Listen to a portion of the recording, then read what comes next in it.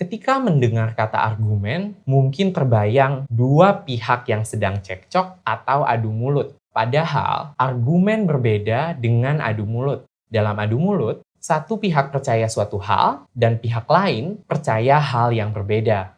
Sesungguhnya, argumen adalah serangkaian kalimat yang bersifat persuasif atau bertujuan mengubah pandangan orang terhadap suatu hal. Misalnya, mengubah pandangan dari tidak setuju menjadi setuju, dari pilihan A menjadi pilihan B, atau dari tidak yakin menjadi yakin.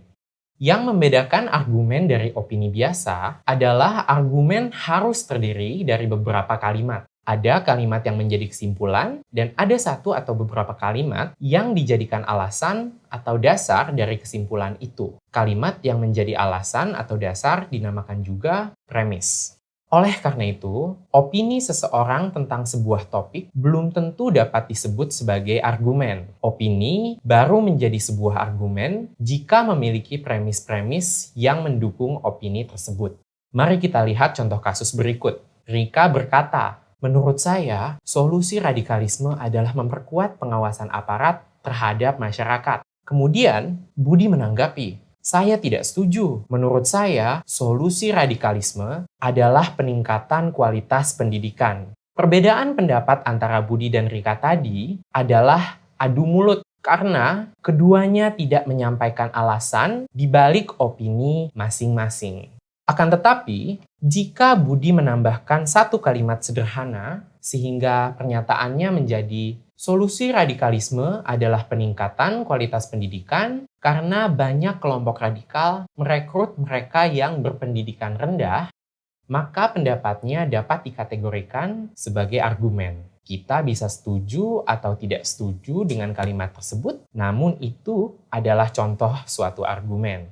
Salah satu ciri lain dari pernyataan yang bukan argumen adalah jika pernyataan tersebut tidak dapat diperdebatkan. Karena itu, hal-hal berikut tidak dapat disebut sebagai argumen. Pertama, fakta. Contohnya, air tidak memiliki warna, bau, maupun rasa. Kedua, deskripsi. Seperti, langit hari ini cerah dan tidak berawan. Dan yang terakhir, penjelasan. Misalnya, tumbuhan membuat udara menjadi sejuk di siang hari melalui proses fotosintesis yang menghasilkan oksigen. Masih ingat premis dan kesimpulan yang membentuk sebuah argumen? Proses menarik kesimpulan dari premis-premis disebut penalaran. Kita akan mempelajari dua jenis penalaran untuk menyusun argumen, yaitu penalaran deduktif dan penalaran induktif. Dalam penalaran deduktif, jika semua premis benar atau sesuai fakta, maka kesimpulan yang diambil pasti benar juga. Mari kita lihat contoh-contoh premis dan kesimpulan berikut. Semua murid yang mendapat nilai di bawah 60 harus mengikuti remedial. Nilai Ridwan 45, nilai Santoso 30, dan nilai Irma 58. Kesimpulannya, Ridwan, Santoso, dan Irma harus mengikuti remedial. Sedangkan dalam penalaran induktif, walaupun premis-premis yang kita miliki sesuai fakta, kesimpulan yang kita ambil belum tentu benar. Misalnya, mari kita cermati premis-premis dan kesimpulan berikut. Dinda sekolah di SMA 1001. Ia pandai matematika. Satria sekolah di SMA 1001, ia pandai matematika, dan Wawan sekolah di SMA 1001, ia juga pandai matematika. Kesimpulannya, anak-anak yang bersekolah di SMA 1001 pandai matematika.